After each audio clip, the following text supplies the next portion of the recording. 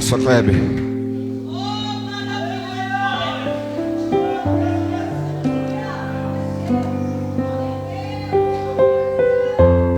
Glória a Jesus.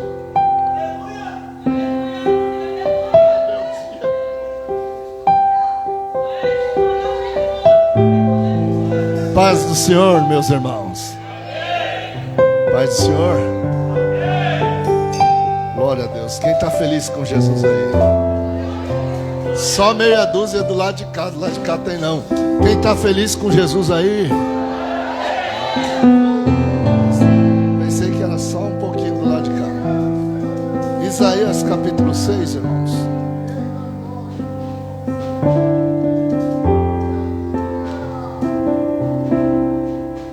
Verso de número 8.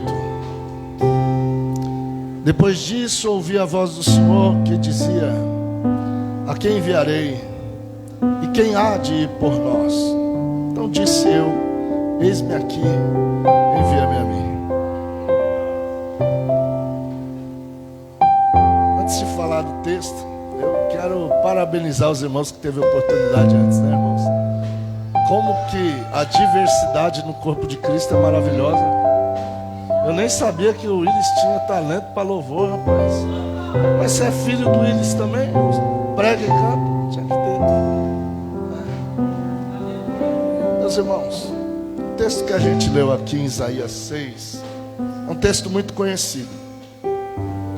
Existe uma tradição rabínica, eu disse tradição, que considera que Isaías era parente do rei Uzias. Mas isso é uma tradição, tá, irmão? O profeta Isaías já vem profetizando 5 capítulos antes. Eu disse quantos capítulos antes? Então ele já era profeta, irmão. A gente quer falar que aqui é o chamado do profeta Isaías. Como? O cara está profetizando 5 capítulos antes.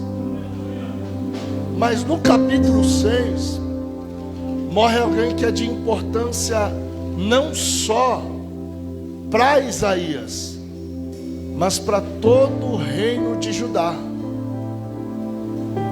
Mas quando Isaías tem essa perda, é perda ou perca quando fala quando? Perda. Perca. Perda. É perda. Perca é quando é coisa, né? Certo. Irmão, a gente tem que tentar corrigir o nosso português. Então, quando ele teve essa perda, não foi só ele quem perdeu, foi toda uma nação que perdeu, porque um rei foi retirado do trono. Só que quando esse rei é retirado do trono, Deus abre a visão de Isaías como profeta. E na visão, ele está querendo dizer para Isaías o seguinte: em Judá não tem mais rei no trono, mas olha para a eternidade e você vai ver que eu continuo assentado sobre o meu alto e sublime trono. Olha para alguém que está do lado, fala: as coisas na terra mudam. Fala: as coisas na terra passam. Fala para ela: pessoas importantes vêm e vão. Agora uma coisa não muda, não passa e sempre será igual: Deus continuará assentado sobre o seu alto e sublime trono. É como Deus dizendo: Judá não tem mais governo, vai precisar se levantar alguém, mas no meu reino sempre tem um rei assentado, sempre tem uma palavra direcionada, sempre tem direção divina. E quem precisa de uma palavra e de uma direção, Deus está dizendo para você: eu continuo no meu trono e tenho uma palavra de direção para aqueles que fazem parte do meu reino. Quem faz parte do reino de Deus aí? Só quem faz parte dá grito de glória.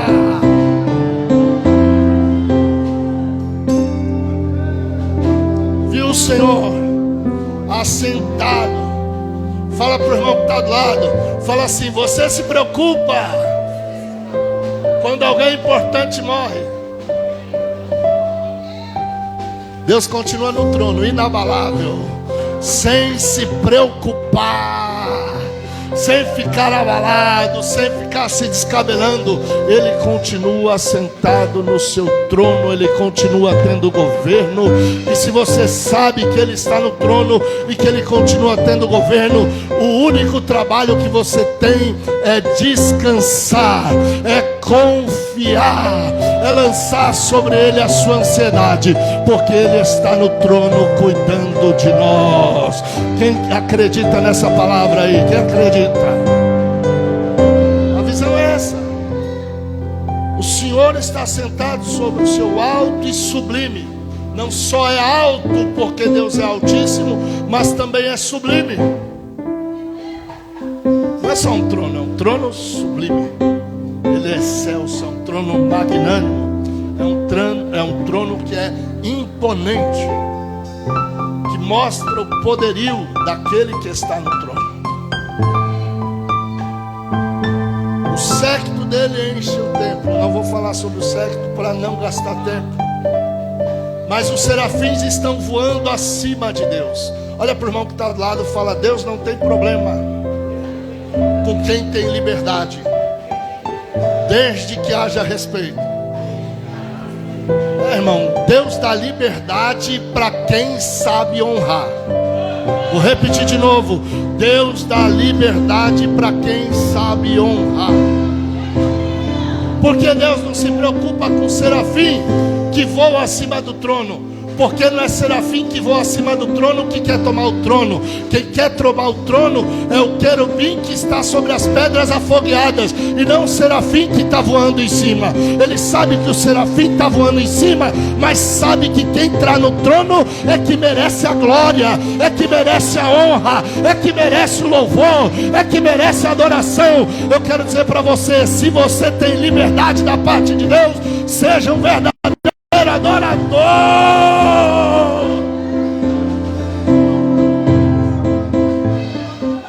Oxe, Deus podia ficar bravo, né? Aí vai acima de mim não, rapaz. Aí olha como é que o ex-luzeiro pensava, o querubim ungido, a estrela da manhã que caiu. Subirei acima das estrelas de Deus, exaltarei o meu trono. Primeira coisa, ele descobriu que existia um trono que não era o trono do Pai. Era o trono que Deus prepararia para o Filho se assentar nele. E segunda coisa, ele olhou as estrelas de Deus que estavam acima do trono de Deus. Fala: que estrelas são? Os serafins, porque anjos são estrelas. Então ele olhava os serafins voando, eles falavam: vou subir acima deles. Só que quem é fiel ao que Deus lhe deu, ele não está preocupado em ficar acima de ninguém. Ele só quer estar onde Deus colocou ele, honrar o que Deus deu para ele e continuar na posição dele. Olha para alguém que está do lado e fala: continua na tua posição, continua na tua fidelidade. Deus irá honrar a tua fidelidade.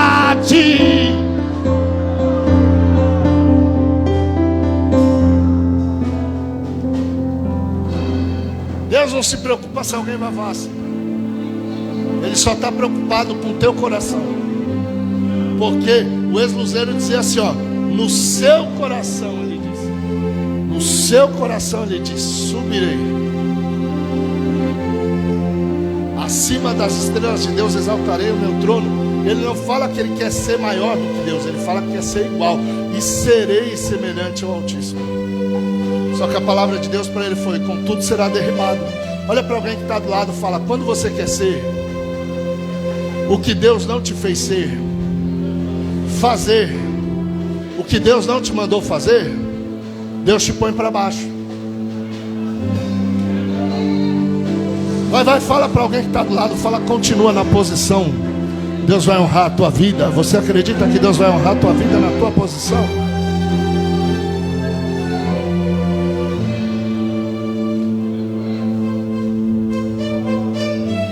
Eu não vou falar sobre as asas que cobrem o rosto, as asas que cobrem os pés e as asas que voam. Vou falar assim. Não não vou falar.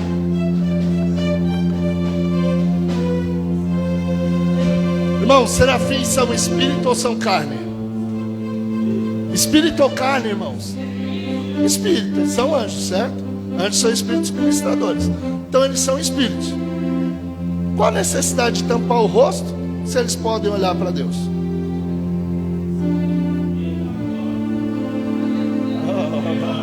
Alguém deu uma pensada ali. Por quê? Porque Deus falou para Moisés que era carne. Ninguém pode ver o meu rosto e viver. Mas o que Deus estava querendo dizer? Moisés, nesse corpo de carne, você não pode me ver com a minha glória, que é espiritual, porque nesse corpo de carne, vendo com o olho carnal, você morre. Ao contrário disso, senão Isaías teria morrido quando viu, Ezequiel teria morrido quando viu, João teria morrido quando viu. Mas esses casos eles não estão vendo no corpo com o olho de carne, eles estão vendo em visões ou arrebatados em espírito. Agora Deus falou para Moisés, porque Moisés queria ver com o olho carnal, o olho físico e ver. Mas o serafim é espírito e ele está cobrindo. Se eu fosse espírito, eu ia estar querendo olhar dentro do rosto, no olho. Mas o serafim está. Eu até posso olhar, Senhor, mas eu não tenho dignidade. Eu não tenho dignidade de ficar olhando para o teu rosto. Eu cubro meus. Mas ele cobre o pé. Pé fala do quê? Caminhar. Salomão disse: guarda o teu quando entrares na presença. Olha para o irmão que está do lado e diga: santidade. O primeiro caso você reconhece que é indigno. O segundo caso você reconhece que Deus é santo. O terceiro caso, as asas estão abertas e eles estão voando. Mesmo que eu seja indigno, mesmo que Deus seja santo, Ele me dá liberdade na sua presença. Vou repetir de novo: mesmo que eu seja indigno, mesmo que Deus seja santo, ainda assim Ele me dá liberdade. Quantos aqui têm liberdade em Deus, liberdade em Cristo, liberdade no Espírito Santo? Você está livre para adorar. Dê o teu melhor culto hoje. Foi falado um monte de vezes: dê o teu melhor culto. Pastor, eu prometo que você rápido vai entregar aqui. Eu estou igual o Léo. Eu já vou terminar. Ai, meu Deus do céu. Igreja cheia de pregador é problema, né, irmão? O 3. Eles estão clamando não para Deus. Porque eu falar para o irmão que o irmão é bom é fácil. Presta atenção nisso. Eu falar para o Willis, tá com a princesinha aqui, ó. Eu falar para o Willis que eu amo o Willis, para ele é fácil. Eu quero ver eu falar para outros bem de uma pessoa, não diretamente para ela, mas para os outros. Fala para mim, fala comigo, a cultura do céu é falar bem de alguém para outra pessoa. Eu estou dizendo que é falar bem, não é falar mal. Mas olha para o irmão que está do lado, fala: a cultura do céu não é falar mal, é falar bem. Os serafins estavam falando não para Deus, eles diziam uns. Aí um serafim olhava, chegava: rapaz, aquele que está no trono, ele é santo.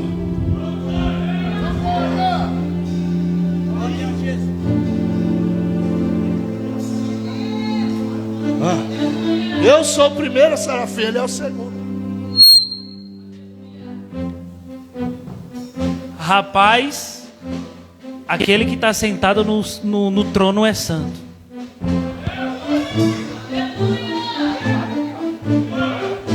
Você não está pegando isso aqui, você não está pegando ainda. Eu vou insistir até você entender. Aquele que está sentado no trono é santo. Você está começando a entender ou não? Você não deu glória, mas eu vou falar.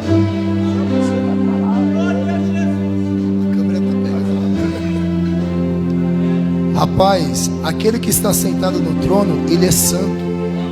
Eles vão dizendo uns para os outros. Eles não estão falando diretamente para Deus. Deus, tu é santo, tu é santo, tu é santo. Eles vão um para o outro e falam: santo, santo, santo é o Senhor dos exércitos. A terra está cheia da glória. Eles estão falando bem de Deus que está no trono, mas eles estão lá no alto conversando um com os outros. Deus está lá embaixo, mas eles estão no alto falando: Ele é santo, Ele é santo, Ele é santo. Quem veio para dizer aqui que Deus é santo? Quem veio? Quem veio dizer que Deus é santo? Vai. No 3, hein? Vamos fazer uma adoração conjunta? Quem concorda em fazer uma adoração conjunta? Então fica de pé. Estou ficando meio doido, pastor.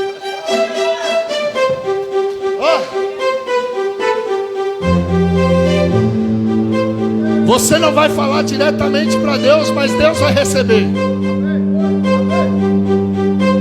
Porque a gente pensa que o nosso culto só é feito aquilo que nós fazemos diretamente para Deus.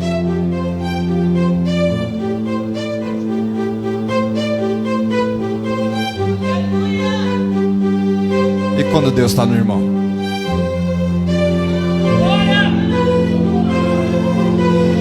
Quem criou o serafim? Quem criou o serafim? Deus.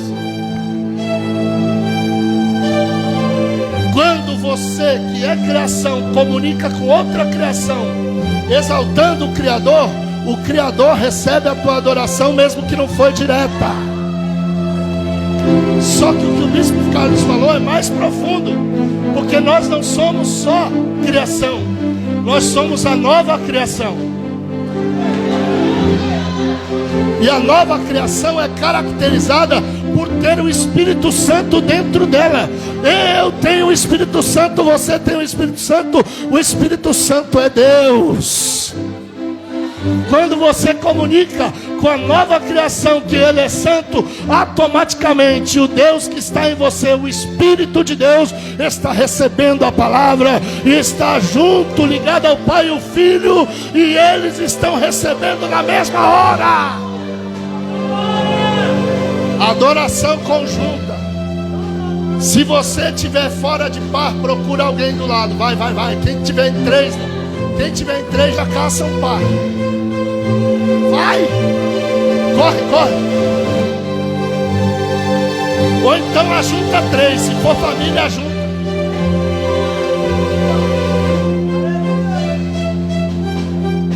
Meu Deus. No 3, o que você vai dizer? Você vai dizer: santo, santo, santo é o Senhor dos exércitos. Mas você não vai estar falando direto com ele, você vai estar falando com o teu irmão. Mas você sabe que Deus está dentro do teu irmão, então você já vai falar com Deus dentro do teu irmão. Aí você vai gritar: santo, santo, santo é o Senhor dos exércitos. Ele fala o que? Todo o céu está cheio da glória. Toda a... Você está onde? Se você está na terra, você tem que sentir a glória. Eu disse amém, você diz? Amém. Você diz amém, pastor? Amém. Meu Deus. Quando você falar, você vai provar da glória de Deus aí no seu lugar. Esquece aqui para frente. Olha para o teu irmão que está aí, vai. No 3. No 3, santo, santo, santo é o Senhor dos exércitos e toda a terra. Aí você lembra que o homem foi formado do pó da? Então você é? Então você tem que estar cheio da? Não tem como aplicar mais do que isso. 1, 2, 3.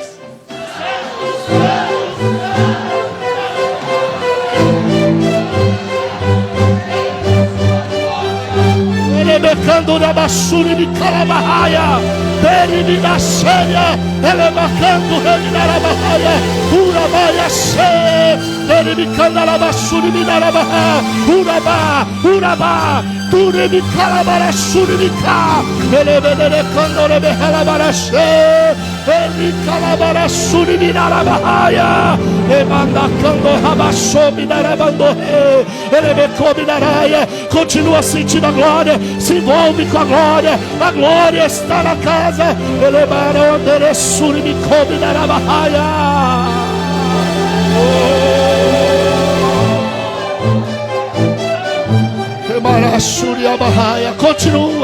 Continua na presença.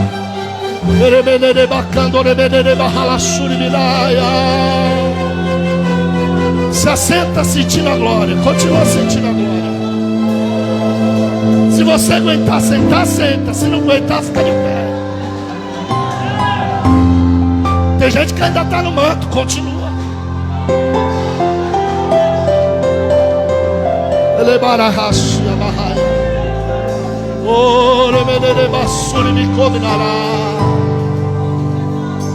Eu encerro.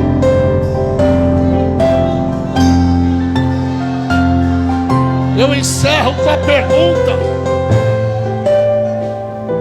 A divindade está conversando entre si. O Pai, o Filho e o Espírito Santo conversando um com o outro. Mas o Filho ainda não era chamado de filho, era verbo. O Pai ainda não era pai, era ancião de dias. Só o Espírito de Deus que era Espírito de Deus. E na conversa divina que não se deu no tempo, mas na eternidade, Isaías entra na visão. E por meio da visão entra na eternidade e vê o que Deus está conversando na eternidade. A conversa é a seguinte: a quem enviarei? Deus precisava de alguém. Olha para alguém que está do lado, diga assim: na terra Deus sempre precisa de alguém.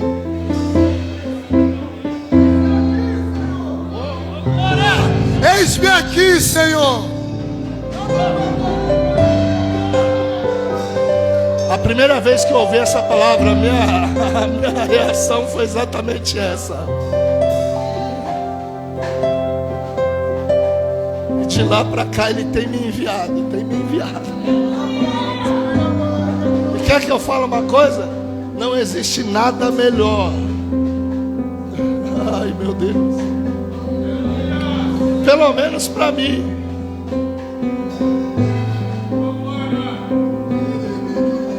Para mim, eu sei que para você também.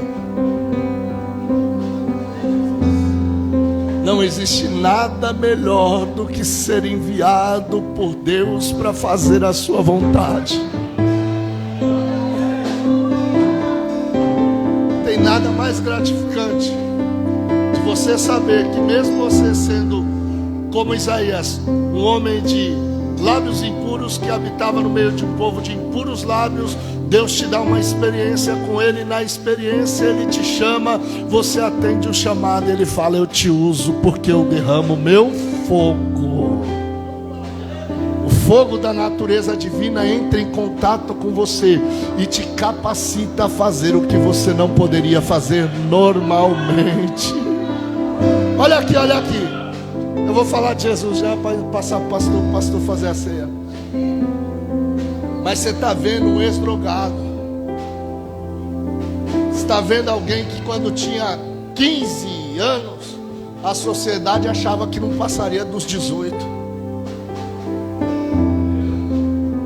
Eu não tenho glória nenhuma. Eu não posso me gloriar em nada quando eu ministro. Eu sei que Deus me tirou da morte, me tocou com seu fogo, e a sua graça disse: vai, vai.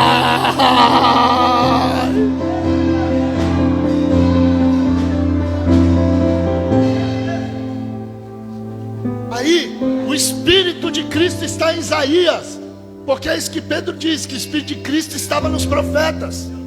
Então o Espírito de Cristo em Isaías responde na boca do profeta: eis-me aqui, envia-me a mim. Qual foi o propósito do envio de Cristo? Qual foi o propósito do envio de Cristo? Fala para mim, fala assim comigo: se sacrificar na cruz do Calvário. Fala para alguém que está do lado, fala: a morte não matou Jesus.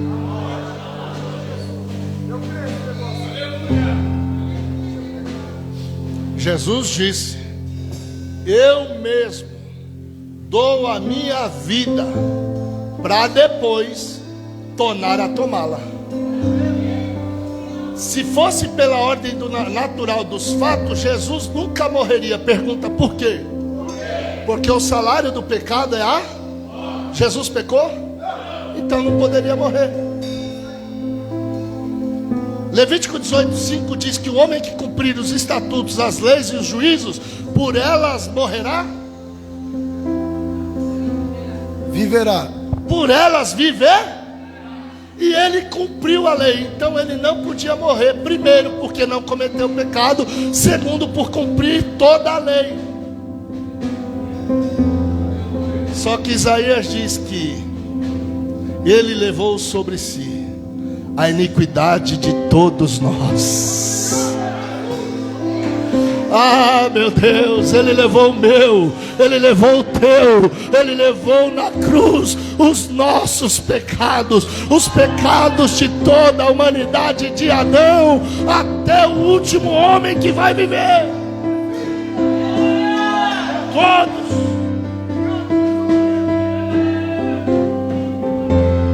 Como um cordeiro substituto.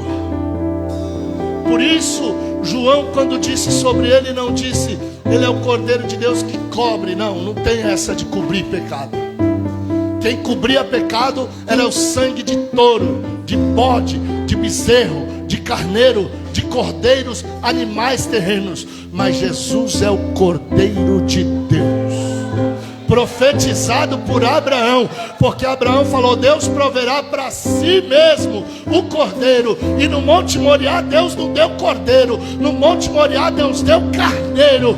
O cordeiro foi para a cruz, o cordeiro foi para a cruz. E João disse: esse é o cordeiro de Deus que tira o pecado do mundo. E hoje, fala comigo, hoje nós vamos participar.